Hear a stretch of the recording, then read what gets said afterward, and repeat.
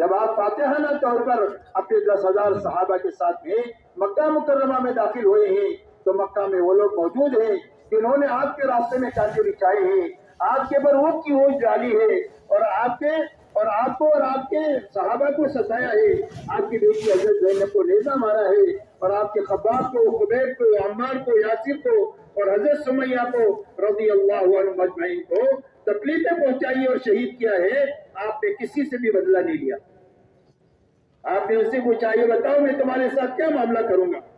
آپ نے فرمایا خن کریم ابن خن کریم، فرمایا آپ تو بھلے ہیں، بھلوں کے اولاد ہیں، ہم آپ سے بھلائی کی امید رکھتے ہیں۔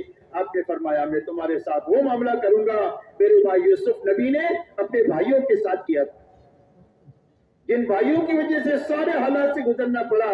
اللہ تعالیٰ نے جب ان کے اوپر قابو آیا اور یہ بھوکے ان کے پاس پہنچے ہیں تو فرمایا کوئی تمہارے پر لان تان نہیں، اللہ تم کو معاف کر دے، ہم نے تم کو معاف کر دیا۔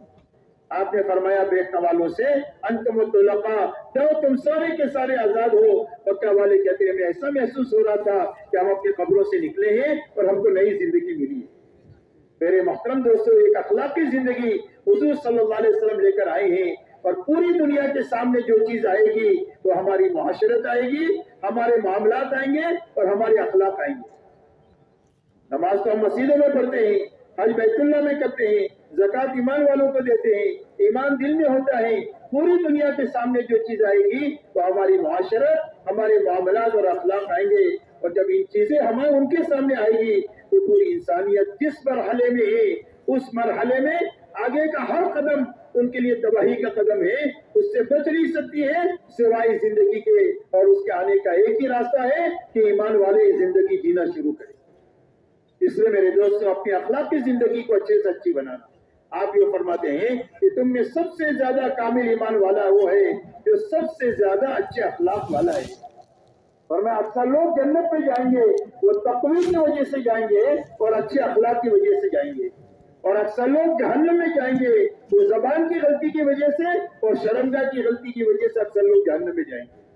اور قیامت کے دن آدمی کے عمل نامے میں سب سے زیادہ وزنی اس کے اچھے اخلاق ہوں گے جس سے اس کا پلڑا جھکے گا۔ اس لیے اخلاقی زندگی کو اچھے سے اچھی بنانے کی یہ محنت ہے۔ اسی کے ساتھ میرے محترم دوستو اپنی منزل اللہ کو بنانا اور آخرت کو بنانا۔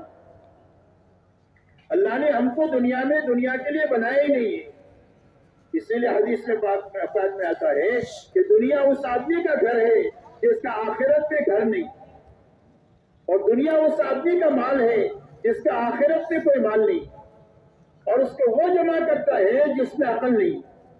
یہ حدیث پاک کا مفہوم ہے۔ اس لیے اللہ نے ہم کو دنیا میں اقتدار کے لیے پیدا ہی نہیں کیا، اور اللہ تعالیٰ نے ہم کو مال کے لیے نہیں پیدا کیا۔ اللہ مال بھی دیں گے اور اللہ تعالیٰ انسانیوں کی خدمت کا موقع بھی دیں گے۔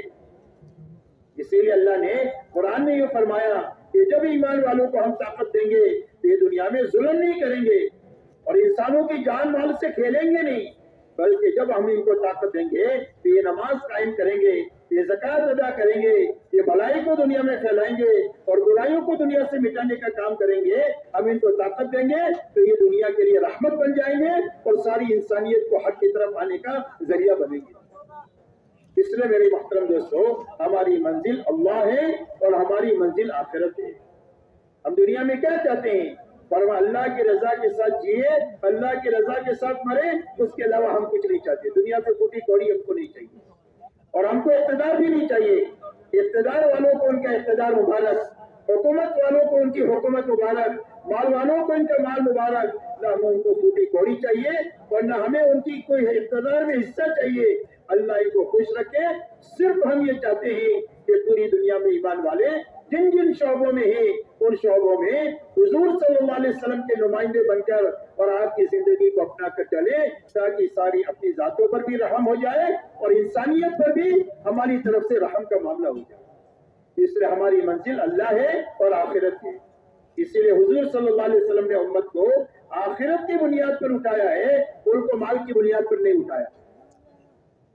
اسی لیے انصار مدینہ جب حضور صلی اللہ علیہ وسلم کے پاس آئے ہیں ہجرت سے پہلے، تو بیعت عقبہ کے وقت میں انصار مدینہ نے حضور صلی اللہ علیہ وسلم سے پوچھا الا ما نبایعک یا رسول اللہ، اللہ کے رسول ہم آپ سے کس چیز پر بیعت کریں؟ یعنی آپ کا دامن تھامیں گے تو ہم کو کیا کام کرنے پڑے گا، یہ معنی ہے بیعت کے۔ تو آپ نے فرمایا تبایعونی علی السمع والطاعہ فی المنشۃ والمکرہ، فرمایا اس بات پر بیعت کرو کہ میری بات کو سنو گے اور مانو گے، جی چاہے تو اور نہ چاہے تو۔ اس لیے کہ جی تو باولا ہوتا ہے، کبھی چاہتا ہے کبھی نہیں چاہتا، تو جی چاہے پر نہیں چلو گے بلکہ میری بات کو سنو گے اور مانو گے، کس پر بیعت کرو۔ اور فرمایا دین کے لیے خرچ کرو گے، تنگی کی حالت ہوگی تو اور فراخی کی حالت ہوگی تو، والنفق فی العسر والیسر۔ اور یہ فرمایا علی الامر بالمعروف والنہی عن المنکر، اس بات پر بیعت کرو کہ بھلائیوں کو دنیا میں پھیلاؤ گے اور برائی کو دنیا سے مٹانے کا کام کرو گے۔ وَلَا أَن تَقُولُوا فِي اللَّهِ حَقٌّ لَا تَخَافُوا بِاللَّهِ لَوْمَةَ لَائِمٍ، اور اس بات پر بیعت کرو کہ حق بات کہو گے اور اس پہ کسی ملامت کرنے والی کی ملامت سے ڈرو گے نہیں۔ حق بات کہو گے حق طریقے سے اور کسی کی ملامت سے ڈرو گے نہیں کہ کوئی کیا کہے گا، کوئی کیا کرے گا، کوئی کیا کرے گا اور کوئی کیا کہے گا۔ کسی کے بس پہ کیا ہے کچھ کہنا اور کسی کے بس پہ کیا ہے کچھ کرنا۔ جو کچھ ہوگا وہ صرف اللہ کی طرف سے ہوگا، اور جب آپ کے حق پر ہوگا تو حق پر ہونے کی وجہ سے اللہ کی تائید اس کے ساتھ ہوگی، اور اللہ کی تائید جس کے ساتھ ہو جائے دنیا کی کوئی طاقت اس کو نقصان نہیں پہنچا سکتی۔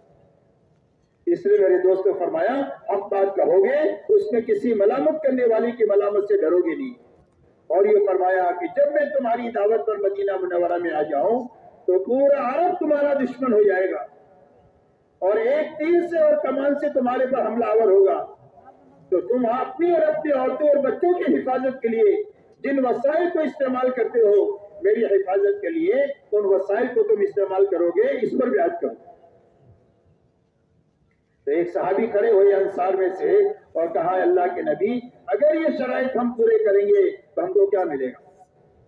حالانکہ آپ کے علم میں یہ بات تھی کہ اس محنت کا انجام یہ ہے کہ بڑی بڑی طاقتیں زیر ہوگی، ان کی زندگی بھر کی جمع کی ہوئے اسباب اور وسائل ان کے قدموں میں آئیں گے۔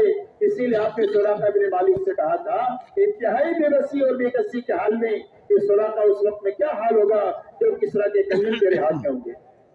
لیکن آپ نے اس امت کو ملک و مال کی بنیاد پر نہیں اٹھایا بلکہ آپ نے پوری امت کو آخرت کی بنیاد پر اٹھایا، اور یہ فرمایا کہ اللہ اس کے بدلے میں تم کو جنت دیں گے، اور جس کی آخرت بنے گی یہ یقینی بات ہے کہ اللہ اس کی دنیا بنائیں گے، اس لیے کہ دنیا آخرت کا سایہ ہے۔ جب آخرت بنے گی تو اس کے بناؤ کے آثار دنیا میں ظاہر ہوگی، اور جب آخرت اجڑتے ہیں تو اس کے اجاڑ کے آثار دنیا میں ظاہر ہوتے ہیں، اس لیے کہ دنیا آخرت کا سایہ ہے۔ اس لیے میرے دوستو آخرت کو اور اللہ کو اپنی منزل بنانا یہ ہماری زندگی کی بنیادیں ہیں، اور پوری امت جن مسائل سے دوچار ہے اور جن حالات سے دوچار ہے اور جن مشکلات سے گھری ہوئی ہے اس مشکلات سے نکلنے کا، اس حالات کے حل ہونے کا اور ان مسائل سے نکلنے کا واحد راستہ یہ مبارک زندگی ہے جس کو حضور پاک صلی اللہ علیہ وسلم لے کر کے آئے گی۔